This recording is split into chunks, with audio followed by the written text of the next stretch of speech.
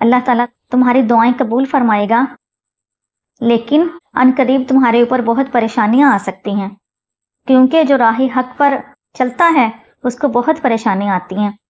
اور راہب کہنے لگا کہ جب تم پریشان ہو اور تم پر مشکل وقت آئے تو میرا کسی کو نہ بتانا۔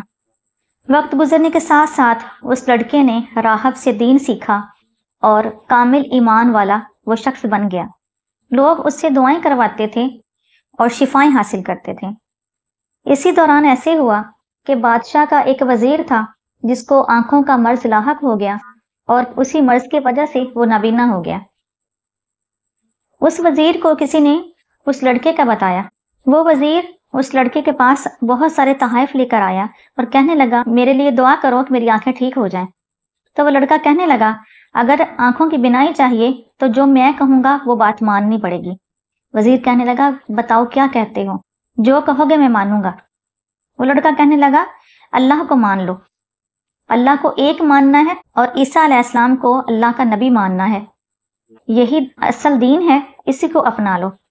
وزیر نے عیسیٰ علیہ السلام کا کلمہ پڑھا اور اللہ تعالیٰ کی توحید کو مانا اور راہب اور اس لڑکے کے دین میں شامل ہو گیا۔ وہ وزیر جب بادشاہ کے دربار میں گیا تو بادشاہ نے پوچھا کہ تمہاری آنکھیں کیسے ٹھیک ہو گئیں؟ تو اس نے کہا میرے خدا نے کر دیں۔ تو ذو نواز کہنے لگا میں نے تو تمہاری آنکھیں ٹھیک نہیں کی۔ وزیر کہنے لگا تم نہیں، میں اپنے خدا کی بات کر رہا ہوں۔ ذو نواز نے کہا کیا میرے علاوہ بھی تمہارا کوئی رب ہے؟ وہ کہنے لگا جی ہاں، اصل رب وہ ہے جس نے تجھے اور مجھے پیدا کیا، اصل رب تو نہیں ہے۔ بادشاہ یہ بات سن کر بڑا ناراض ہوا اور کہنے لگا تجھے یہ تعلیم کس نے دی؟ وزیر پر بہت زیادہ ظلم کیا گیا تو وزیر کو اس لڑکے کا نام بتانا پڑا کہ اس لڑکے کی وجہ سے مجھے شفا ملی۔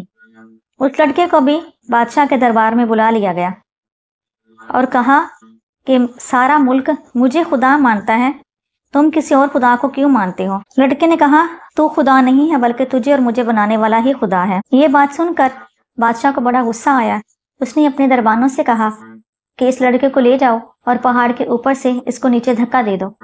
جب وہ لڑکا پہاڑ کے اوپر چلا گیا تو جو اس کو دھکا دینے والے تھے وہ بھی اس کے ساتھ ہی کھڑے تھے۔ اچانک اللہ کے حکم سے پہاڑ کانپنے لگ گیا اور جو بادشاہ کے درباری تھے وہ نیچے گر کے مر گئے اور لڑکا صحیح سلامت وہیں پہ کھڑا رہا۔ لڑکے کو دوبارہ پھر بادشاہ کے دربار میں بھیجا گیا۔ اس کے بعد بادشاہ نے کہا کہ اس لڑکے کو دریا میں پھینک دو۔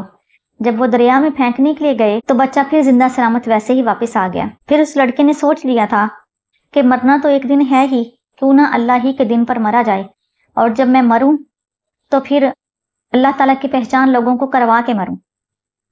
اس لڑکے نے بتایا کہ اگر تم مجھے مارنا ہی چاہتے ہو تو میں خود اس کا طریقہ تمہیں بتاتا ہوں، اور اس کا طریقہ یہ ہے کہ مجھے ایک کھلے میدان میں کھڑا کر دینا اور میرا ہی تیر مجھے مارنا، اور جب مارنا ہو تو کہہ دینا بسم اللہ رب الغلام، کہ اللہ کے نام سے میں یہ تیر مارتا ہوں جو اس لڑکے کا رب ہے، تو میرے رب کے نام سے مجھے مارو گے تو میں مروں گا۔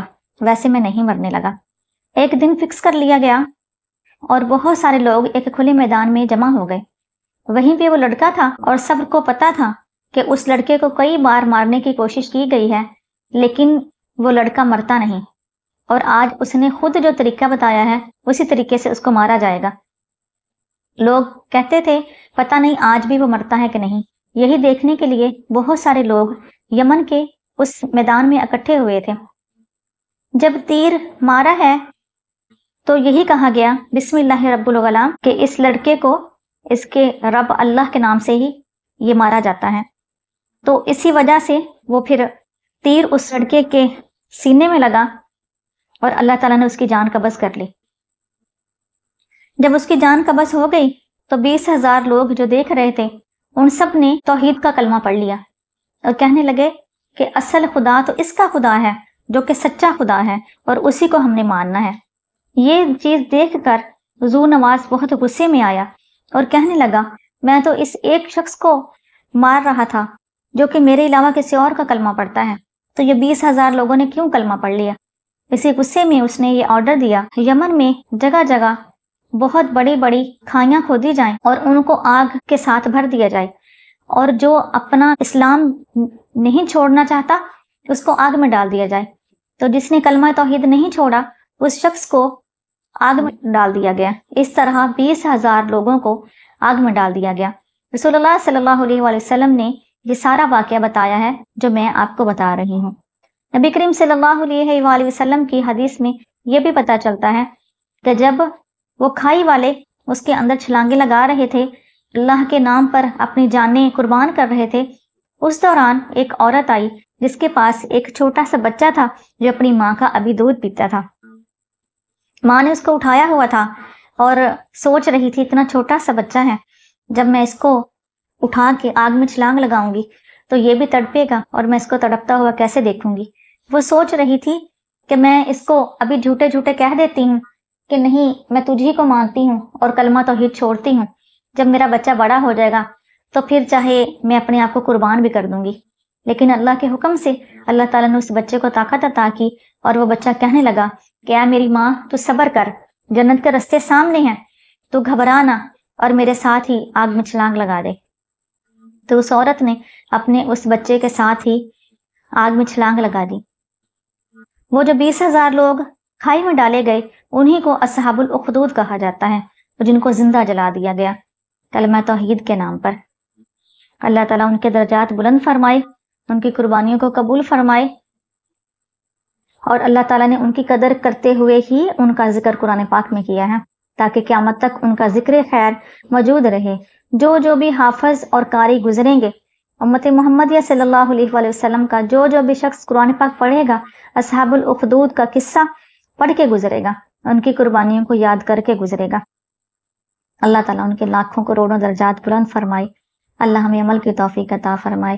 وآخر دعوانا ان الحمد للہ رب العالمین۔